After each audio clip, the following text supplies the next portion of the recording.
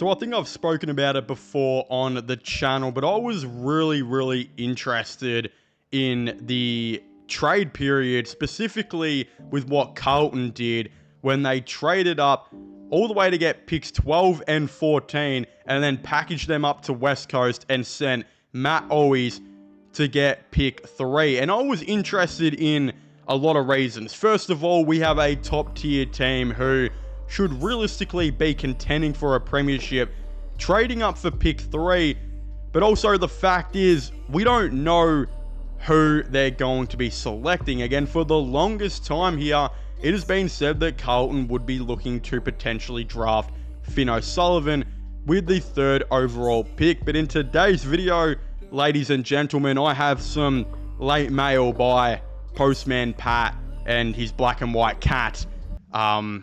Well, I guess navy blue and white cat. That, no, this could actually not be the case. And before I do get into all of that and more, there is still a decent amount of you guys who watch these videos who are not yet subscribed to the channel. So if you guys could, do me a favor and leave a like on this video, subscribe, and even turn on that notification bell. Again, it all helps push the algorithm for this video so more people see it, which means I make more money to, of course, buy some more KFC to feed my fat ass and have a good night. But obviously, I'm just joking. Your support means a lot to me, and if you guys could, just keep adding furthermore onto that and just leaving a like and subscribing if you haven't. Again, it would mean a lot and touch me places very inappropriately. But in a new report being done by Footy on 9 and 9 News Adelaide, we have a report from Brandon Ingram.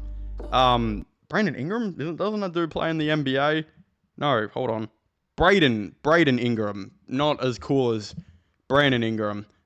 He says, there's a late arm wrestle for the top South Aussie talent Sid Draper ahead of next year's draft. Carlton, who are at pick 3, has expressed major interest, even flying coach Michael Voss into Adelaide this week to meet the young midfielder. Again, this has been something that you guys have also been commenting on the channel. Every time I talk about Carlton potentially going and drafting Finn O'Sullivan, you guys really do comment to me saying that, why would we draft Finn O'Sullivan, a guy who's compared to Sam Walsh, when we already have Sam Walsh, and we could go out and get a guy like Sid Draper, who actually much more fits this team. And I'm going to be honest, I really like it, and I also really love a couple of things that Carlton have done throughout this offseason. First of all, I've been one of those guys who has been saying Carlton's midfield has been very one-dimensional for about the last year, and I think a lot of commentators were starting to say this as the games went on, and I mean, you could really see it towards the end of the season that when the Carlton Football Club would go out and play, their midfield would be naturally a lot slower than most midfields in the game and would basically be solely based on contested possession footy and clearance work, which we know a ton of midfields over the AFL have really started to, I think, transition away from and go to what Richmond did when they won their 3 flags, which is a team that was never that good at clearances, but a team that was able to spread the ground like crazy offensively and defensively, being arguably the best two-way running team we have ever seen. And again, in previous years now and recent years, teams like Collingwood, GWS, and Hawthorn have really adapted this fast-paced midfield style that has proven to give multiple teams countless levels of success now. So when you kind of watch Carlton play throughout 2024, it seemed like a midfield that was really stuck in the past and, again, didn't incorporate what a lot of teams were doing now, which was a lot more speed, a lot more effective disposals, rather than contested possessions and clearances. Again, we know Vossi is a massive clearance coach and a massive contested possession coach, a hard nut guy who loves that part of the game. So it doesn't mean they have to completely change it, but they can't just have 100% that game style. And Collingwood. I had one fucking job, man. Carlton obviously really listened to this criticism, and Michael Voss and the, list management team really went out there to make a change. They, of course, did move on from Matthew Kennedy, announcing, they would be moving him up for trade. They did find a home and they sent him to the Western Bulldogs. In the previous year, they moved on Will Setterfield, who was another contested clearance player, and a guy like Paddy Dow as well, who really just wasn't adding much to that Carlton midfield at all. And in saying this, they haven't really brought anyone in new now to change all of it up until now, where we've seen they traded up to pick 3, specifically to bring in a guy whose solely purpose in the midfield is not contested footy and clearance work.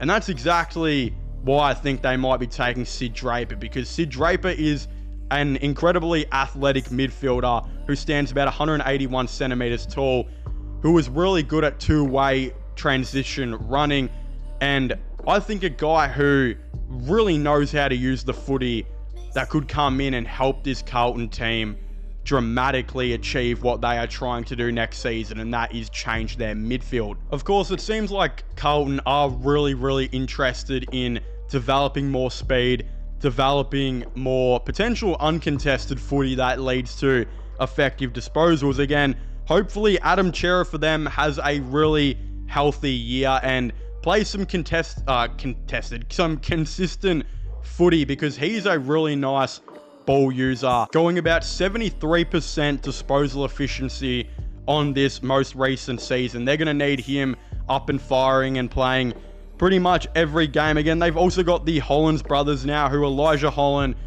him himself said he's probably a more natural high half forward, but I definitely feel like over time there's going to be a lot more room to eventually put him in the inside midfield.